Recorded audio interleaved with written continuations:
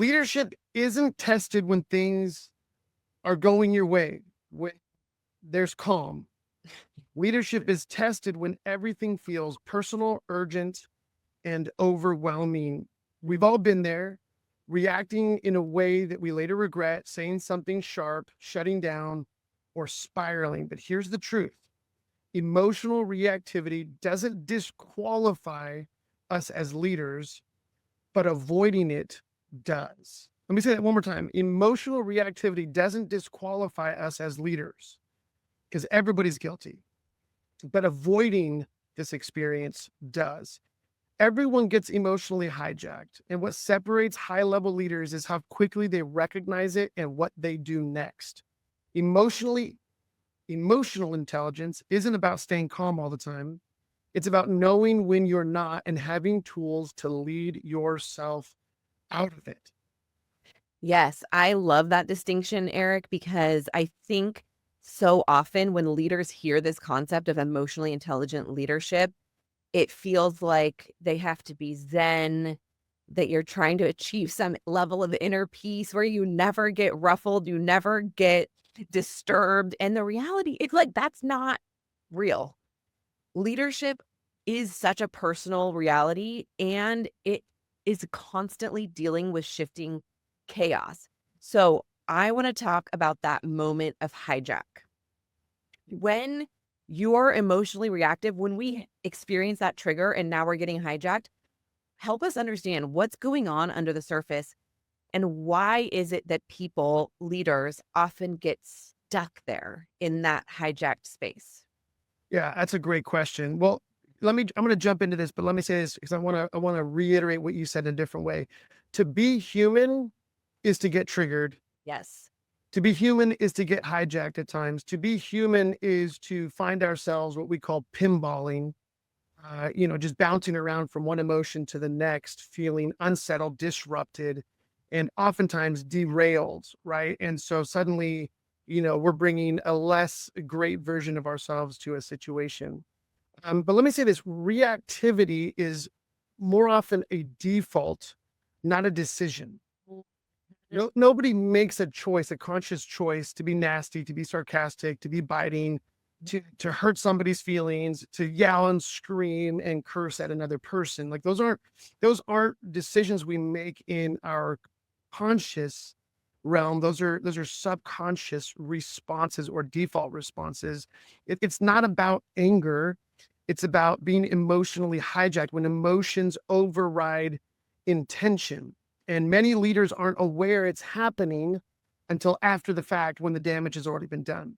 Yeah. High pressure situations, unspoken expectations, and personal triggers all accelerate this experience of reactivity. And here's the good news is that we often, when we get triggered and hijacked, I think more often than not, we feel, once we recognize it's happened, we feel shame, we feel regret, we feel guilt, and I think if what we need to do is we need to start by flipping the script on that experience rather than seeing these as some form of judgment against ourselves. If we could flip the script and see these triggers and hijacked experiences more as signals, as indicators, like we talk about this a lot with our clients. If we can, when we're driving down the road and we have all of these, indicators on the dashboard of our car, letting us know what's happening in a part of the car that we're not aware of. And those indicators are not shaming us. When the fuel tank is low and the light goes on, it's not saying you're a bad owner of a car. Right. Why put gas in the car? Or if there's, low windshield wiper fluid, or there's low tire pressure, or there's, a check engine light that comes on. Those are not condemning, judgmental indicators. They are simply signs letting us know that something's going on in beneath the hood. I think for us as humans, as leaders, if we can remember that these triggers and hijacked experiences are just indicators letting us know, hey, something is being disrupted internally for us. And I think that is essential to giving us an opportunity to then turn to where the real root of emotional intelligence lies. And let me explain it this way: that this conversation all goes back to the first quadrant of the EQ matrix, which we covered in the first season of our podcast. And so our listeners can go back and listen to that episode or dig into one of our other resources on the EQ matrix. But it goes back to the practice of self-awareness.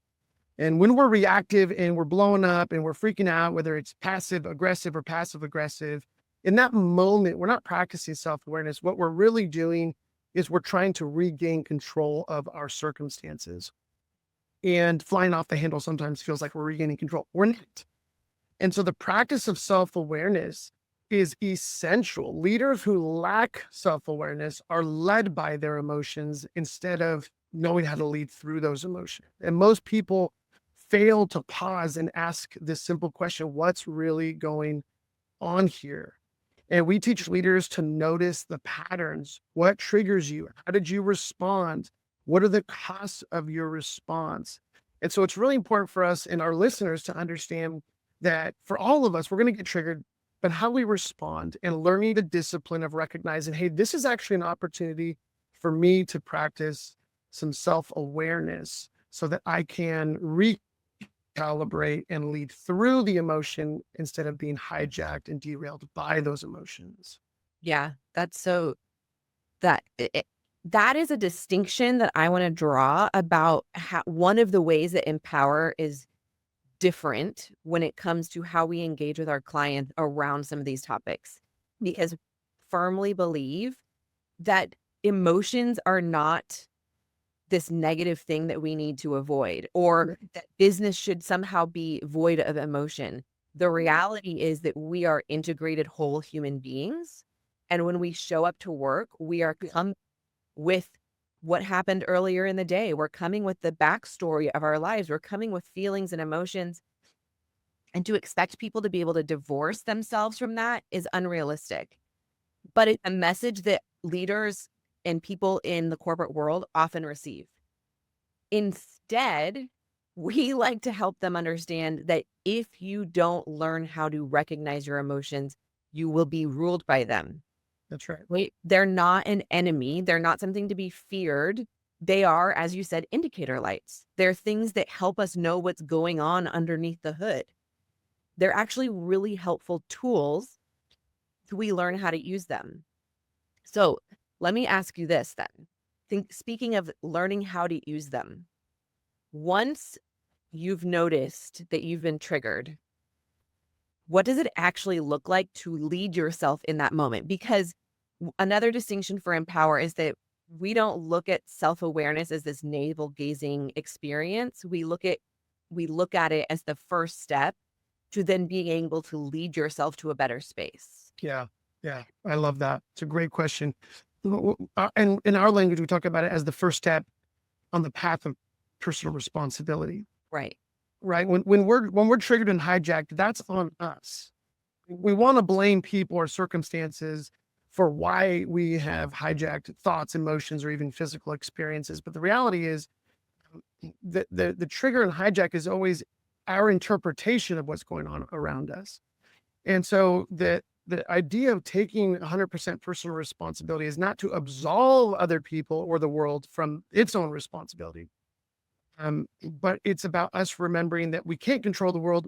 We can only be in control of our attitudes and our behaviors, how we respond to anything. So let me start here. The first step is in personal responsibility is in practicing self-awareness is, observing and asking this question, like, what's going on? What has actually happened?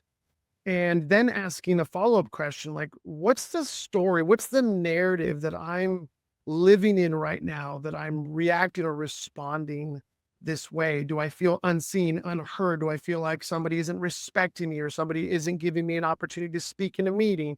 Do I feel belittled? Do I feel like somebody, has some kind of grudge against me? Right? These are all the narratives that are at play. I'm not smart enough. I'm not good looking enough. I don't have enough money, whatever the case is. But just paying attention to the narratives, I think that are shaping the way that we interpret our life experiences.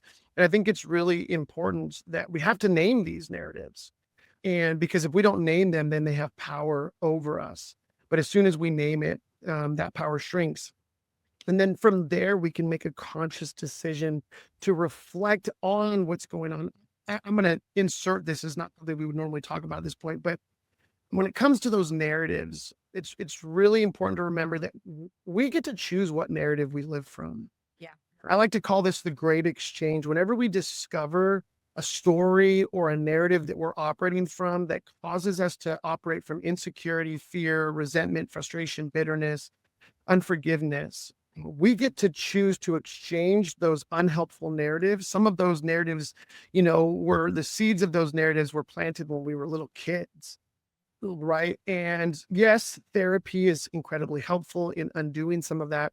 But the good news is, whenever we recognize a narrative that is not serving us and helping us be a better version of ourselves, we get to make an exchange and choose a narrative that is empowering, that does reflect the reality of who we are and who we want to be in the world today.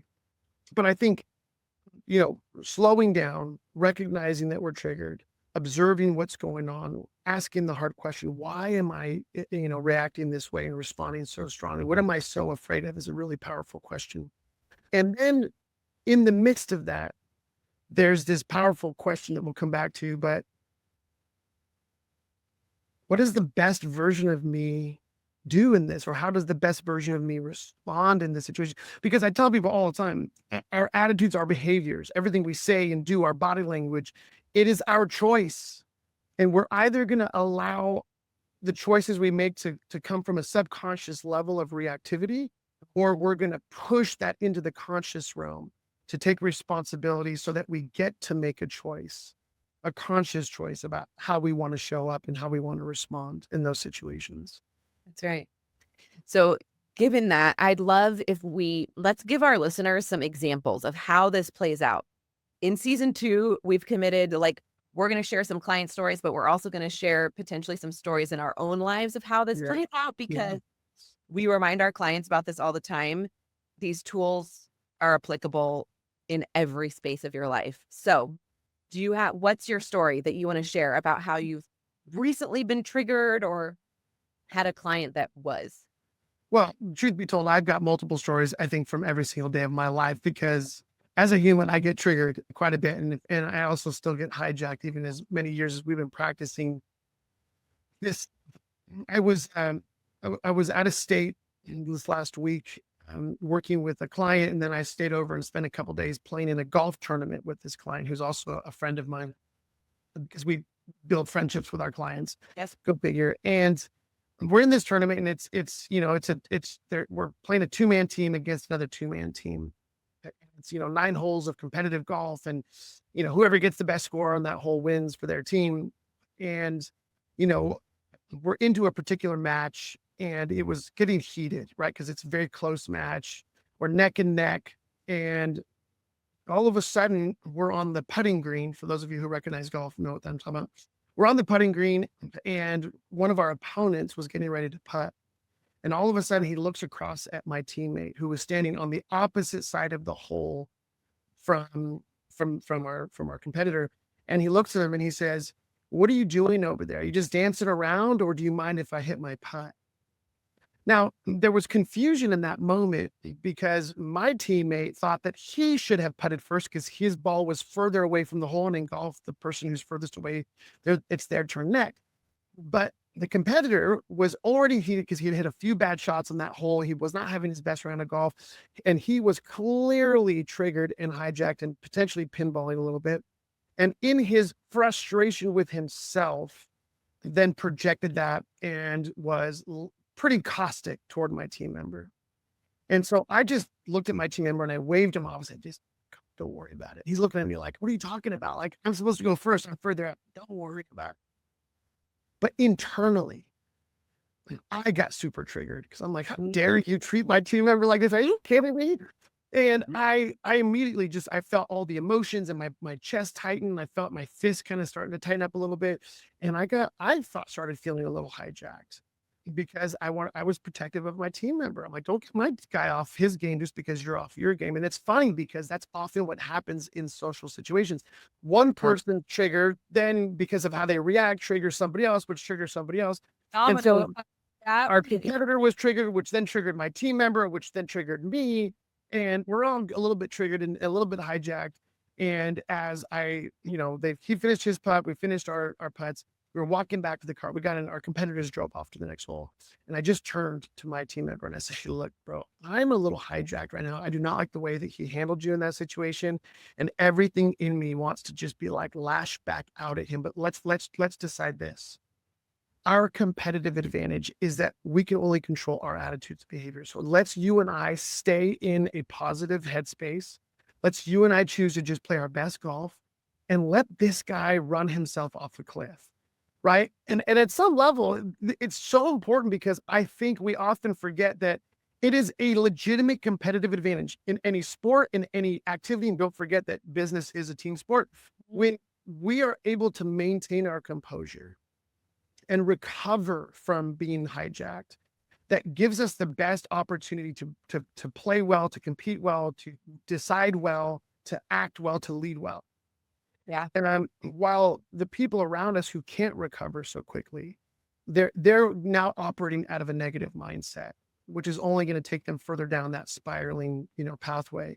And so it was actually a moment where, yes, I got triggered. Yes, I got hijacked, but I'm really grateful that I've been practicing the skills that we teach our own clients about how to recover quickly, as quickly as we can from that experience. Because if not, you can spend hours, days, even longer in that negative spiral. Mhm. Yeah. I was really nervous when you were like, I was getting heated while you were telling this. I'm getting triggered here. Seriously. Okay. So I'm going to share a story from my personal life that just happened yesterday. So uh, perhaps I haven't gleaned all of the teachings from it, but it is a real life example and it's also low barrier.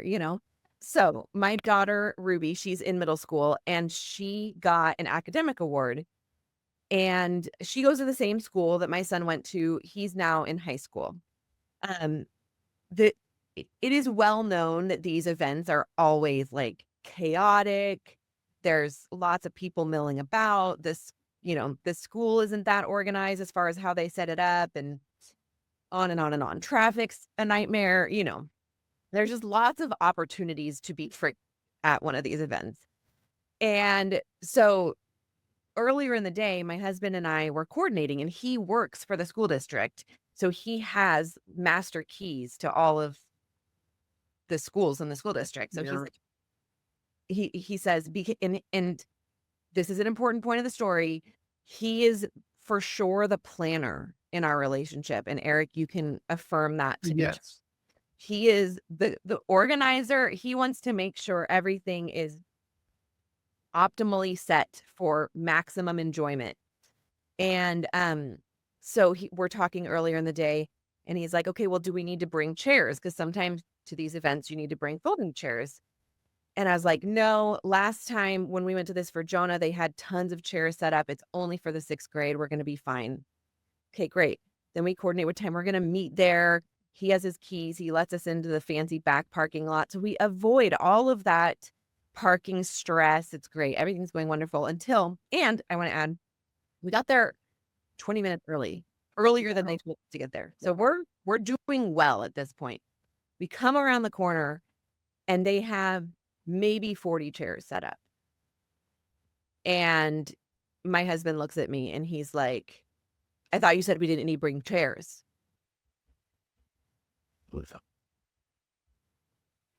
The chairs at this point were there like 20 minutes before the kids had to get there. So we're like a half hour early to this event. The chairs are already all occupied, which means my family and I, with including my parents who are both in their 70s, are standing for this remainder of this Oh my activity. God.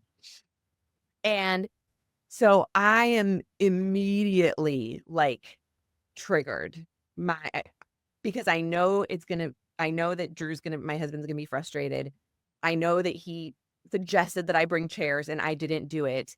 And frankly, I'm pissed that I have to stand now for the next hour and and so of course I'm not responding in the optimal version of Dawn at this moment. And I'm like reactive. I'm feeling defensive. I'm feeling blamed. Drew makes a few more comments. My 15-year-old son pipes in like, "Yeah, mom, great job." Um, because he's a 15-year-old. And I just can't, I'm losing my cool. And so when I lose my cool, then this is a helpful note.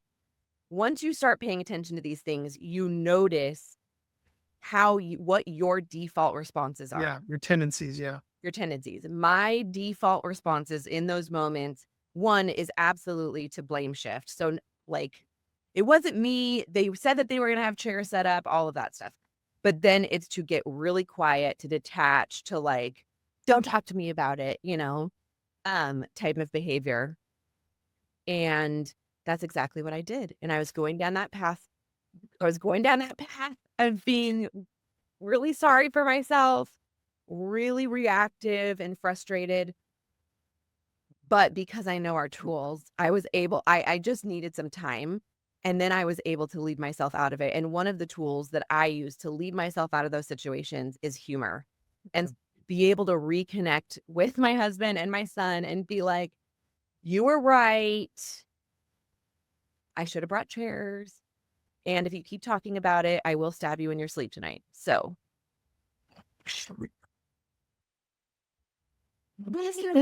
that was me last night being triggered and hijacked in a real life scenario. But let me, like, the beauty is that once you do start to recognize, you know, these well-worn paths that your body and your mind travel down, and you can create a recovery rate for yourself. You can employ tools that is like, I don't have to let this become a terrible evening. Like, I could have let that spiral off and really wreck the whole evening, which would have not been fair to my daughter, because that's we were there to celebrate her. So instead, I was able to pause, observe, and then employ some of my tools to get me back into the best version of myself. I love what you're saying, because we're never going to avoid all the triggers in our life, and we're never going to avoid ever getting hijacked. Right. The real question, what's at stake, is how quickly can we recognize that we're hijacked and recover from it? Because like you said, when I was younger, I mean, I would spend days and days in what my wife used to call my funk. Eric's in his funk right now. And what she meant by that was something hijacked him at some point, and he's still kind of spiraling on account of it. And the hard thing is it's not just me I'm paying the price because I'm stuck in this crappy mindset.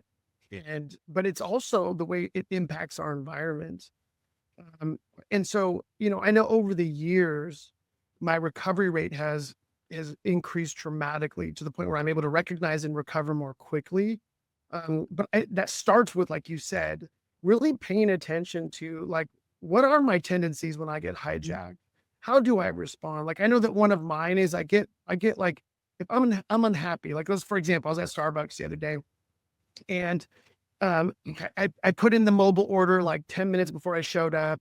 My drink's there, but my egg white bites, which I love, are not there. Love egg white bites. I know, love those, protein, right? And so I don't know, did somebody take them accidentally, or did somebody steal them? I'm always convinced somebody's out to get me in that moment.